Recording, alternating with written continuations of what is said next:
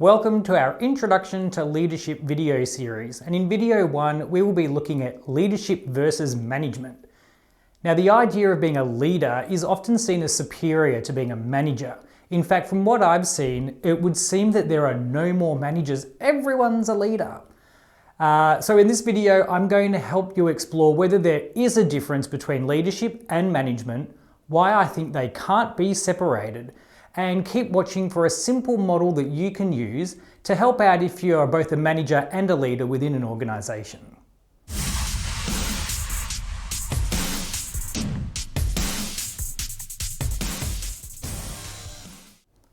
Ahoy, Peter here from Bryter Training, where we aim to improve your personal and business performance by sharing new tools, models and psychology to help you achieve your goals and your outcomes. If you haven't already, please remember to hit like and subscribe. It helps us know that we're on the right track and we truly celebrate each one. Welcome back as well to our current subscribers. We're always grateful for your support and for sharing our videos. Being a manager is pretty much an insult when it comes to people management. Managing is often seen as a process. You can manage a product or a project or performance, but never people. I came across an article recently that proposed the top 100 characteristics of a great leader. Yep, just the top 100. So this got me thinking, and I went searching for articles and training programs, and sure enough, there are heaps of experts out there providing exhaustive lists and highlighting the characteristics of leaders. Now, this to me raises 4 major problems. Firstly, no single person can hope to actively demonstrate over 100 behavioural and personality traits consciously during a given day. Number 2, different people with different roles and experience require different management styles. At 3, the traits are so vague as to be useless. For example, one of them was demonstrate leadership presence. And number 4, people are so busy trying to be seen as a saint and a leader that they no longer do their job well, they no longer manage. So can you separate them out? Well, let's look at a couple of ideas. Firstly, I've got 2 questions for you. Can you be a great leader without being a great manager? Now, most high-performing teams have got individuals who demonstrate leadership and influence without being managers. Leadership in this context is a set of behaviours which influence performance and feelings of those around you in an engaging or an empowering way. You can be a leader without being a manager. However, if your job title has the word manager in it, then the question does become a little more difficult. If you are responsible for managing a team and you're a poor manager, then are you really a good leader? How are you defining those different terms? My second question is, can you be a great manager without being a great leader? And I think this one depends on your definition of great. If you manage a sales team and that sales team always exceeds its targets and hits all of the metrics, then I guess you could argue that that is a good manager. However, success is often about more than numbers. Are there performance problems? Is there high attrition? People on stress leave? Is there a lot of conflict or morale issues? If so, then I would argue that the person running the show is neither an effective manager or an effective leader. So you could have the most profitable team or business, but still not be an effective leader, resulting in morale and cultural issues. And you could have the happiest, fun, close-knit team who are not meeting their metrics or outcomes. I've even worked in places where the leader was absolutely loved simply because there was zero accountability. To explore this further, let's have a look at a range of activities and qualities that are common in business. If we were to look at leadership and management as 2 separate functions, where do you think all of these different words are going to fit? Are they factors of leadership or are they factors of management? Are they both? And if you only focused on one category, would you be a gold standard manager or leader? Now, personally, I look at it as management is what I do, leadership is how I do it.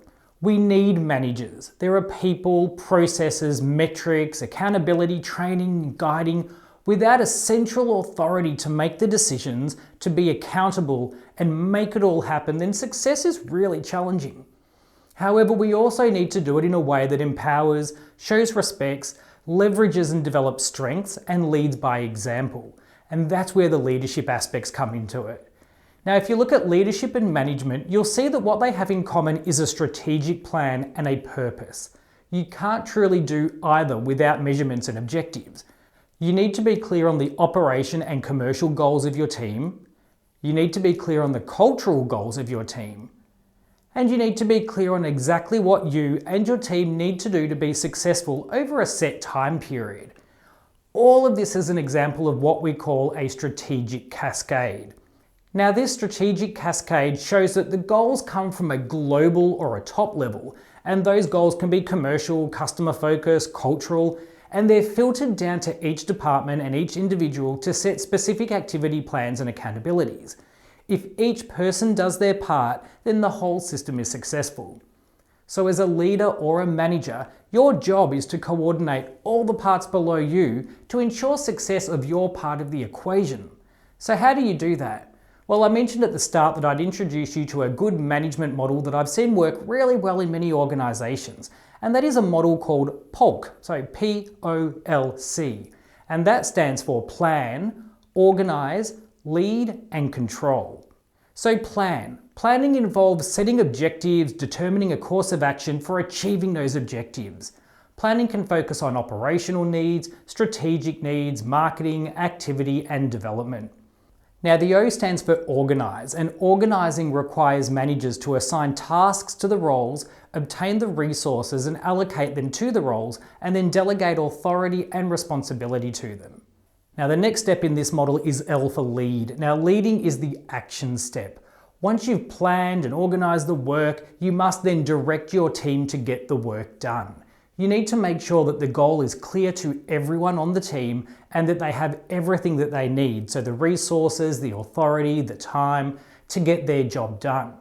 Now there's a whole lot of different leadership models. The trick is to find the one that works for you and that works for the culture and the individuals within your team. Some examples include situational leadership, where you tailor your approach to the experience of the individuals in your team. There's something called the servant leadership, where you lead by meeting the needs of your team, effectively serving them. And transformational leadership, where leaders encourage change and innovation within a team. Now the final step of this model is the C for Control. Now the work has begun, the managers now need to start to track and measure the performance. Controlling is often incorrectly thought of in terms of micromanagement. However, it's ultimately about accountability. Managers must control production and operating processes, procedures for the delivery of the services, compliance with company policies, and a lot of other activities within the organisation. And if you want to do that in a way that delegates and empowers and inspires other people, so you need to be able to track all of that and control it. So managing and leading are effectively two sides of the same coin.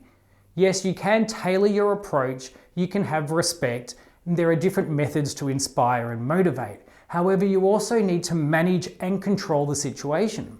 People have a job to do, there are goals to achieve, and you are responsible for ensuring that they happen. Leadership isn't about being liked, it isn't about vague catchphrases like to inspire and encourage people to follow you.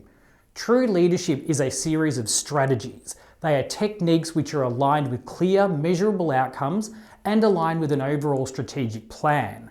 It's about having the skills to adapt your communication, to inspire your team, and alter your style based on the needs of the person that you are leading. So have you ever worked for someone who was a good manager but a really bad leader? Do you believe the two are separate things? Let me know your thoughts in the comments below, and remember to subscribe so you can keep up with our personal development videos in the future. Thanks again for watching and have a great day.